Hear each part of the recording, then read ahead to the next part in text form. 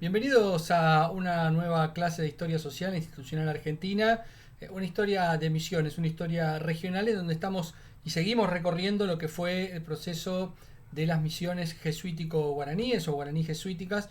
que se desarrollaron en esta región, una región de la que el actual territorio de Misiones también formó parte. Lo que vamos a ver hoy tiene que ver con la etapa de auge de las misiones,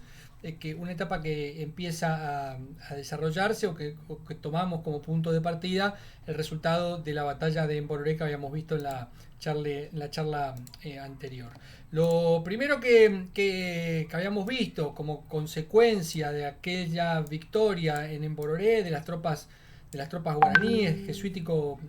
guaraníes, era esta cuestión de la delimitación territorial que se producía eh, a partir justamente y a consecuencia de esa victoria militar. Una delimitación territorial que había significado el reagrupamiento de los pueblos digamos la consolidación definitiva de los 30 pueblos históricos en torno a un espacio territorial mucho más acotado que la primera etapa, que había sido de una expansión territorial mucho más amplia. Los pueblos se repliegan desde las regiones del Itatín, el Guairá y el Tape, y se van a reunir en lo que hoy sería Itapúa, en Paraguay, el sur de la actual provincia de Misiones, la costa del río Uruguay y unos pueblos desperdigados hacia el oriente del río Uruguay que hoy pertenecen a la República del Brasil. Este reagrupamiento territorial lo que favorecía era la defensa,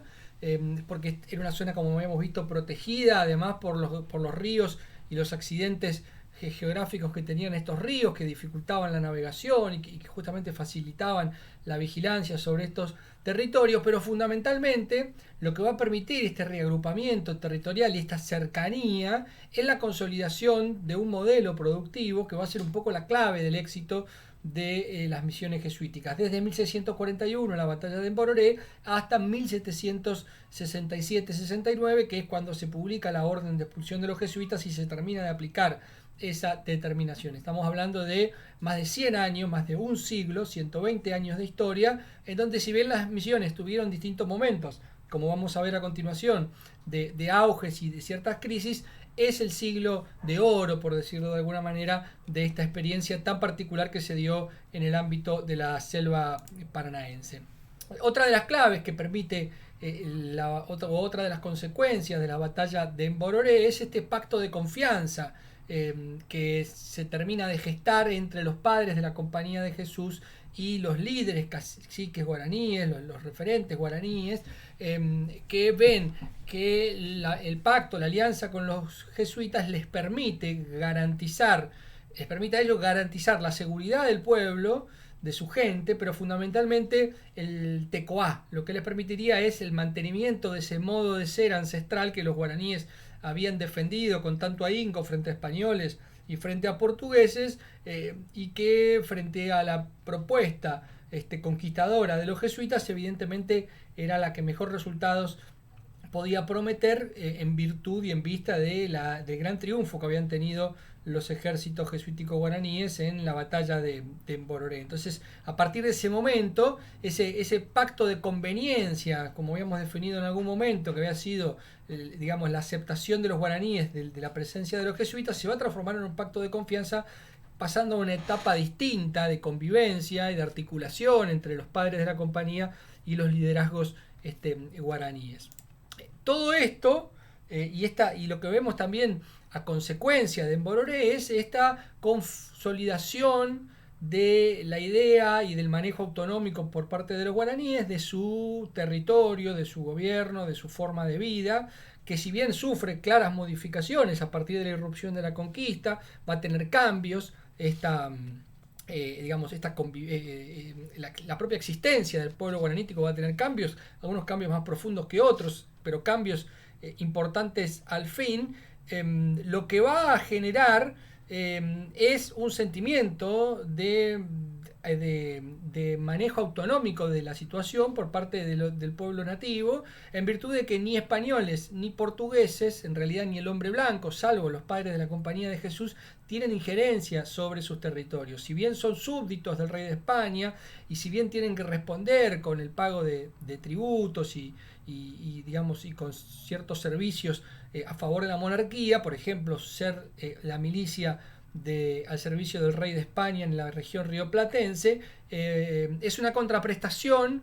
que se hace a cambio de un bien mayor, un bien superior, un bien más importante, que es la posibilidad de mantener el tecoá, ese modo de ser que tienen los guaraníes, en tanto tienen un vínculo estrecho con la naturaleza, una convivencia con la naturaleza y un vínculo con la tierra que los hace ser partes de esa misma naturaleza. Entonces, digamos, en Bororé lo que permite justamente es consolidar este modelo de gobierno en el marco de la conquista siempre, pero un modelo de gobierno muy particular que le da a los guaraníes cierta autonomía, que es un poco digamos, lo que explica la perdurabilidad del modelo jesuítico guaraní y la aceptación por parte de un grandísimo número de la población de guaraníes de la época, de esta región por lo menos, de que este modelo es el más conveniente para ellos mismos, ¿no? Y bueno, y un poco todo esto termina de confluirse en esto que es un poco digamos, el elemento explicativo para el éxito y la perdurabilidad de la experiencia misional, que es el sentido de comunidad, ¿no? Esta idea si bien cada pueblo, estos 30 pueblos, son autónomos en sí mismos, tienen sus propios padres de la compañía, que son los que gobiernan el pueblo, junto a las autoridades locales, son las que integran los cabildos, un cabildo indígena, y estos pueblos tienen ciertos límites territoriales que tienen que ver con el acceso a zonas de cultivo, a zonas de explotación, de yerbales, de madera, de cal, de pesca. Hay una zona territorial, un interland territorial que define cada pueblo. En realidad el secreto del sistema es que cada pueblo es autónomo, pero vive y está articulado e intercambia con los otros 30, con los otros 29 pueblos, ¿no? Son 30 pueblos que viven integrados dentro de una red de comunicaciones, una red de intercambios, una red de relaciones, en la cual no pierden su autonomía como pueblo, pero en realidad esa autonomía solo es posible en tanto hay una articulación con los otros pueblos. Un modelo similar al que vimos de organización que tenían las aldeas guaraníes previo a la irrupción de los conquistadores. Este crecimiento, esta consolidación, esta etapa de auge de las misiones lo vemos claramente en la demografía que van a tener estos pueblos. Si nosotros tomamos 1647, por ejemplo, que es el primer año que Maeder recopila completo, digamos, en cuanto a cantidad de familias y habitantes, vemos que hay 28.000 habitantes en estos pueblos, poquito tiempo después de la batalla de Mbororé, cuando se producen las grandes migraciones y la reorganización territorial de los pueblos. Sin embargo, vemos que apenas 30 años después, en 1676, ya casi se ha duplicado la población, estamos en 53.000 personas, y si seguimos la línea histórica, podemos observar cómo en 1694, o sea, 50 años después de la instalación, o 50 años después, mejor dicho, del primer censo que tenemos, el primer dato, la población ya llega a 86.000 personas, estamos por arriba de haber triplicado, digamos, la cantidad de población, de haber multiplicado por 3 la población, y para 1716 ya la población está arriba de los 120.000 personas, que se ha multiplicado por 5 la población prácticamente de las misiones. Estamos hablando o el censo habla de 23.000 familias. Vemos un crecimiento exponencial realmente, en donde en apenas 60 años hemos pasado de 28.000 a 120.000 personas, en un crecimiento que va a continuar en años posteriores.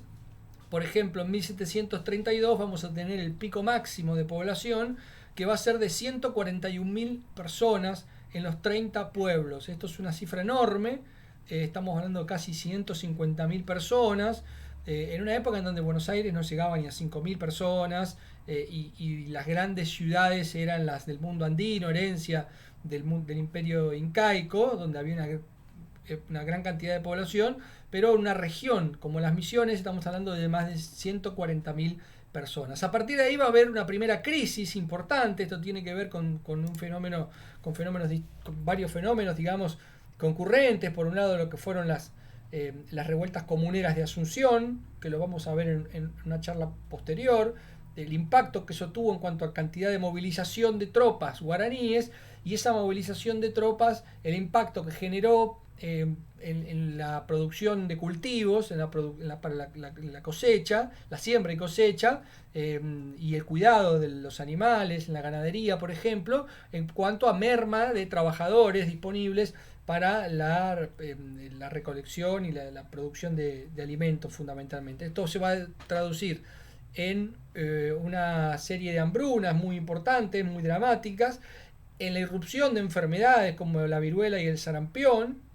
y en la inmigración, que frente a los padecimientos y las dificultades que atravesaban estos pueblos, muchos de los guaraníes decidieron emigrar, abandonar los pueblos a buscar mejores condiciones de vida. Y esto va a producir esta merma tan grande que vemos de 1732 a 1740, prácticamente la mitad de la población de las Misiones se había evaporado, o había muerto por las guerras, por las pestes y por el hambre, o había emigrado.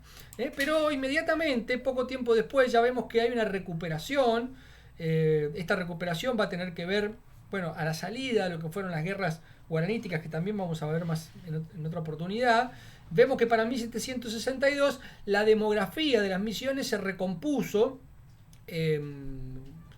por lo menos medianamente, alcanzando nuevamente las 100.000 personas. Si bien no reitera el pico de 1732 de 140.000 personas, ya estamos arriba de 100.000, y va a ser un número que se va a mantener más o menos estable hasta el fin del periodo, hasta la expulsión de los jesuitas, cuando los censos registren casi 90.000 personas. O sea que hay una demografía que se había reconstruido bastante rápido luego de todas estas dificultades de la década del 30, del 40 y del 50, ¿no? Las revueltas comuneras, la peste, el hambre y finalmente las guerras guaraníticas. ¿Esto qué quiere decir? Que digamos, no había una crisis demográfica que ameritara o que justificara una intervención de la corona en estos territorios, en estas regiones, sino que la expulsión de los jesuitas se motivó en otras cuestiones, en otros aspectos que también veremos en otra oportunidad. Entonces, este modelo territorial de reunir a los pueblos en torno a un espacio geográfico más delimitado va a propiciar un modelo productivo que está sustentado justamente en este sistema de intercambio. Entonces, cada pueblo va a ser una unidad espacial. O sea, nosotros estamos acostumbrados a ver o a pensar a las misiones jesuíticas como la plaza, el templo y las casas alrededor, y en realidad eso es solamente el casco urbano de una unidad espacial mucho más amplia, que se integra con tierras que son destinadas, como decíamos, a la producción de alimento, ya sea agricultura o ganadería, o a la obtención de otras materias primas, como puede ser la cal, ladrillos, piedra, o piedra para fabricación de obras de arte o de construcción, las zonas de pesca, las zonas de caza, las zonas de recolección, los yerbales naturales, las zonas de bosques, bueno, todos estos espacios que a veces quedaban cerca del pueblo y a veces quedaban lejos de los pueblos, también formaban parte de esta unidad espacial que constituía cada una de las misiones. Misiones que, como habíamos dicho, eran pueblos autónomos e independientes en términos de unidad, pero que conformaban parte de un sistema de comunidad. Y ese sistema de comunidad tenía, por ejemplo, estas características. Había alguna serie de pueblos que tenían las famosas estancias, que eran donde se realizaba la cría del ganado, la reproducción y el engorde del ganado, y después este ganado, que por supuesto estaba vinculado con los pueblos de la costa del río Uruguay, fundamentalmente Yapeyú, que va a ser un centro de distribución muy importante, y también con los pueblos al oriente del río Uruguay, que aprovechaban las grandes mesetas de la banda oriental y del sur brasileño para la cría del ganado en estas regiones. Y después ese ganado se distribuía en los pueblos de más al norte, en cuyas cercanías no habían estas grandes extensiones territoriales, esta región pampeana o semipampeana, donde poder criar estos ganados. Pero sí había otras zonas u otras regiones que eran, por ejemplo, la zona de yerbales naturales, que estaban donde se explotaba la yerba mate, y de ahí se extraía la yerba que después se iba a distribuir justamente en los pueblos del sur. Había entonces un sistema de intercambio sustentado en la idea y el principio de la reciprocidad, que era un principio que tenían los guaraníes de la época previa a la llegada de los conquistadores, que es esta idea del intercambio, y no solo un intercambio en términos materiales, o sea, yo te doy, no sé, una vaca y vos me das 10 arrobas de hierba, por poner un ejemplo cualquiera, sino que era una reciprocidad que trascendía lo meramente comercial, y tenía que ver con reciprocidades de otro tipo, por ejemplo, el intercambio de soldados por algún arquitecto que necesitáramos para construir un templo, o albañiles para construir el templo, o que me manden los luthier para fabricar instrumentos, o que nos manden piezas de los talleres de piedra piedra Itaquí, bueno, un intercambio que muchas veces, como decíamos, trascendía lo meramente comercial o lo meramente de la subsistencia alimentaria, sino que trascendía a otros aspectos y a otros elementos de la vida cotidiana. Por ejemplo, Concepción va a ser un pueblo y una zona que siempre va a tener que siempre va a aportar a esa reciprocidad su carácter combativo, sus tropas, sus soldados, sus generales, su experiencia guerrera, su experiencia militar en cada una de las campañas que se deban emprender. Otro de los elementos donde digamos los guaraníes se van a destacar mucho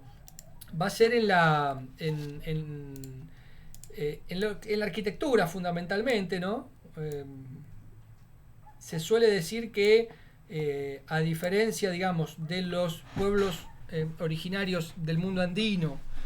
y del mundo mesoamericano, estamos hablando de los incas, los aztecas y los mayas, los guaraníes no fueron una cultura igualmente evolucionada o que habían alcanzado el mismo nivel de desarrollo al momento de la irrupción de la conquista, porque no tenían arquitectura monumental, ¿no? Lo cual es cierto. Uno mira las obras, las pirámides, los templos construidos por estos pueblos, y uno ve que para 1500 los guaraníes no tenían este tipo de arquitectura. Sin embargo, es dable plantear que los guaraníes sí alcanzaron la arquitectura monumental, y lo alcanzaron de la mano de los jesuitas, ¿sí? Digamos, y decimos lo alcanzaron los guaraníes porque esta evolución constructiva que desemboca en los grandes templos que hoy vemos en ruinas en la mayoría de los casos, o semirruinas, en toda la región de las Misiones, hay una participación de los guaraníes, una intervención de los guaraníes muy directa, muy fuerte, y que si bien estas obras, en la gran mayoría de los casos, fueron dirigidas por arquitectos jesuitas, por algunos padres jesuitas, la intervención de los guaraníes es muy evidente digamos, en el análisis arquitectónico que se puede hacer de estas obras, y además porque así, digamos, lo evidencian las fuentes que los arquitectos históricos han estudiado sobre este tema, ¿no? Lo que podemos decir entonces sobre la arquitectura es que hay un desarrollo progresivo, que empieza con una etapa en donde hay un predominio del adobe como para la construcción, el adobe ñaú, con tapias con tierra aprisionada, y tapias de ramas y arcilla. Y un modelo, lo interesante es que hay un modelo arquitectónico que va a perdurar en el tiempo, que va a ser el sistema de horcones. Los horcones son esas columnas que tienen en el medio, dentro de los templos, por ejemplo.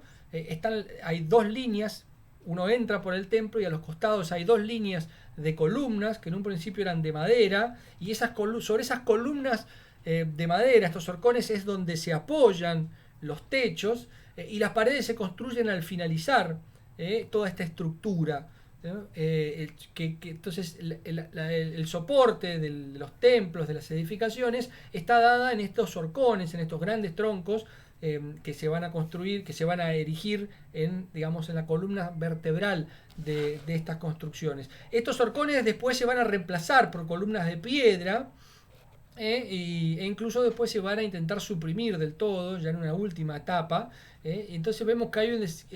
una última etapa en donde ya se va a utilizar la cal como un elemento constructivo importante, incluso van a aparecer los primeros ladrillos, y entonces vemos que hay una evolución a lo largo del tiempo, y en donde vemos otra vez, una vez más, como vimos en tantos otros temas, esta cuestión del sincretismo entre lo que proponían los padres de la Compañía de Jesús como modelo y lo que los guaraníes aportaban como experiencia propia. Entonces este modelo de los horcones, estas columnas centrales que van a tener los edificios sobre los que va a apoyar el techo, es un resultado del sincretismo que se da entre estos dos modelos. O sea, en el siglo XVIII, mediados del siglo XVIII, va a empezar una renovación de los edificios, de los templos, una reconstrucción de templos, justamente a partir de la incorporación de estas novedades en la construcción, que son el fruto de la evolución de esta arquitectura monumental que identificamos en este periodo para los guaraníes. Un arquitecto muy importante en ese sentido va a ser Braccianelli, José Braccianelli, quien va a estar desde 1515 desde 1715 a 1728, que va a no solo implementar e impulsar el barroco, él va a traer el barroco europeo, un barroco que acaba de ser resignificado por los aportes guaraníes, y va a dar paso a un barroco americano, o un barroco guaraní, que es característico de estas regiones. Y el último arquitecto jesuita importante con una fuerte influencia va a ser Primoli, que es el que impulsa las obras en Jesús, que quedan inconclusas, pero donde ya aparecen la cal, aparecen el ladrillo, aparecen nuevos elementos de construcción como torres de campanario o una cúpula de media naranja, como aparece en Trinidad, que finalmente se termina desplomando por problemas de construcción. Pero lo cierto es que hay una evolución a lo largo del tiempo en términos arquitectónicos, como lo hubo también en términos políticos, en términos sociales, en términos económicos. Las misiones no fueron una experiencia que se quedó estanca en el tiempo, sino que fue madurando y desarrollándose en distintos y múltiples aspectos. Otro aspecto importante fue justamente el del arte, en donde la idea del sincretismo aparece muy claramente, en donde ni siquiera los intentos de reforma barroca que va a implementar con mucha fuerza el padre Braccianelli van a dar del todo éxito, porque, como decíamos, hay una resignificación de los artistas guaraníes, y acá la pregunta es si los guaraníes eran meramente copistas o eran creadores de sus propias obras, que este es un debate que la historiografía del arte ha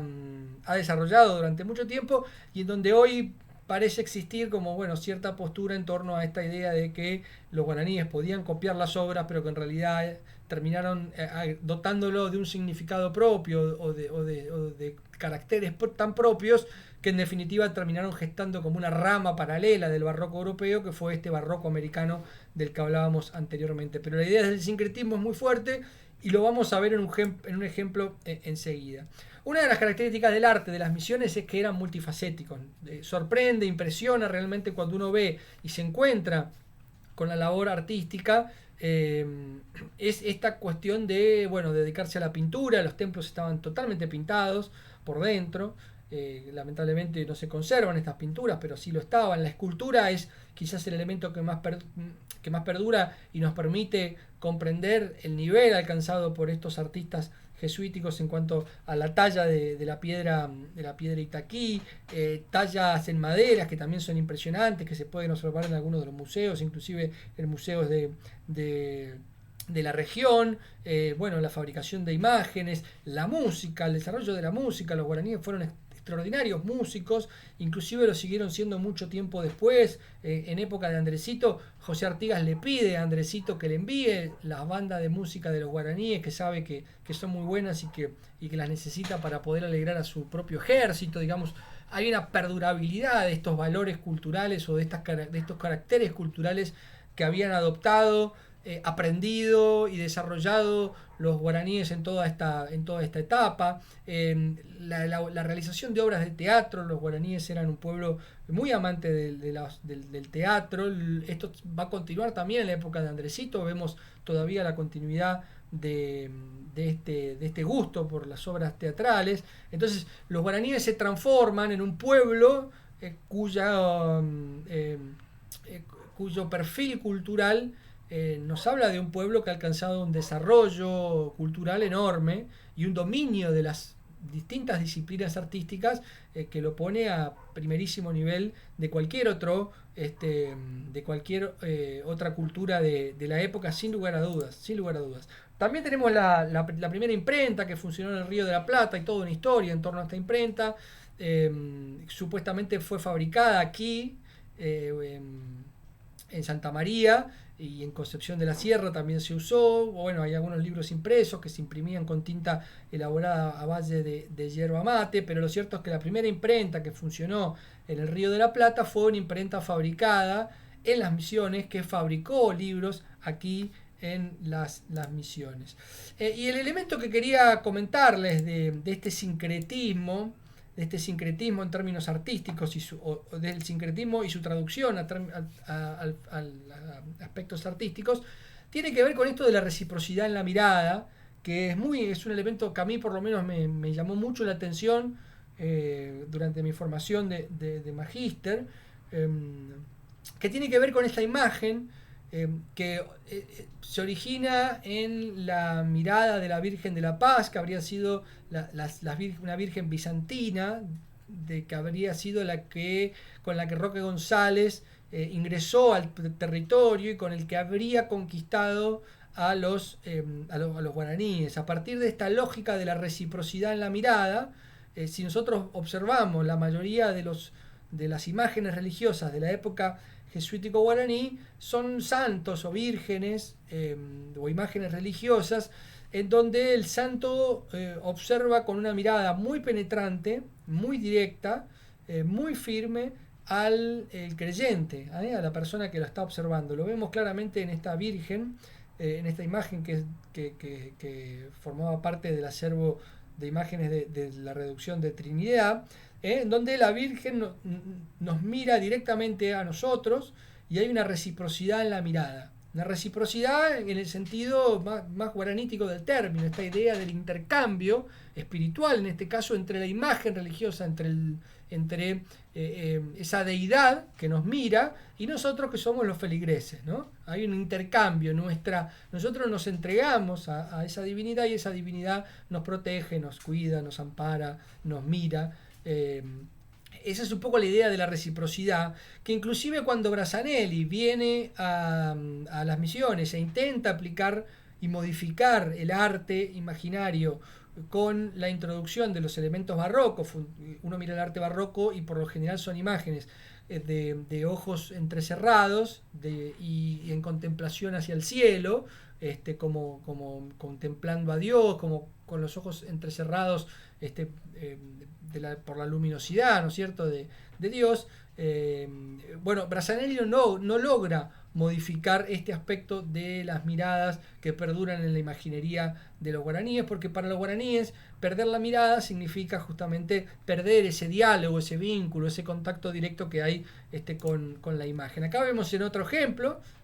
muy claramente esos ojos grandes, negros, de mirada penetrante, de mirada frontal, nos mira a nosotros. El santo no está mirando a Dios ni está mirando a otro lado, nos mira a nosotros, que somos los que estamos en ese contacto recíproco a través de la mirada. Acá lo vemos en un San Borja. Este San Borja está en la catedral, en la iglesia principal de San Borja, frente a la plaza de San Borja en Brasil. Está este San Borja, que también tiene unos ojos grandes, abiertos, de mirada penetrante. Y lo vemos en esta Conquistadora, que es una célebre pintura, que es la primera pintura realizada en el ámbito rioplatense, por lo menos de la que se tenga documentos históricos, que es la Conquistadora de Avillú, que supuestamente no, ya digamos que se sabe que fue pintada en la efímera reducción de Anunciación de Itapúa, lo que hoy es Posadas, que fue fundada en 1615 por el padre Roque González de Santa Cruz, que estuvo hasta 1619 o 1621 según las fuentes en Posadas, y que después fue trasladada a Encarnación de Itapúa, que sí fue el pueblo que perduró en el tiempo. Pero esta imagen habría sido pintada por un artista guaraní de apellido Abiyú, por lo menos así figura en la firma, y estaba datada o está datada en 1618, y por lo tanto se trata de la pintura más antigua de la región del Río de la Plata. Es una pintura que actualmente está en el Museo Udaondo de la localidad bonaerense de Luján, y entonces nos ratifica esta idea de los guaraníes como un pueblo que de la mano de los jesuitas y en esa etapa de auge alcanzan un desarrollo en términos culturales, en términos artísticos, en términos arquitectónicos, que los colocan a primerísimo nivel de cualquier otra cultura del mundo. Eso fue un poco el resultado de esta etapa de auge tan importante que vivieron las misiones jesuíticas.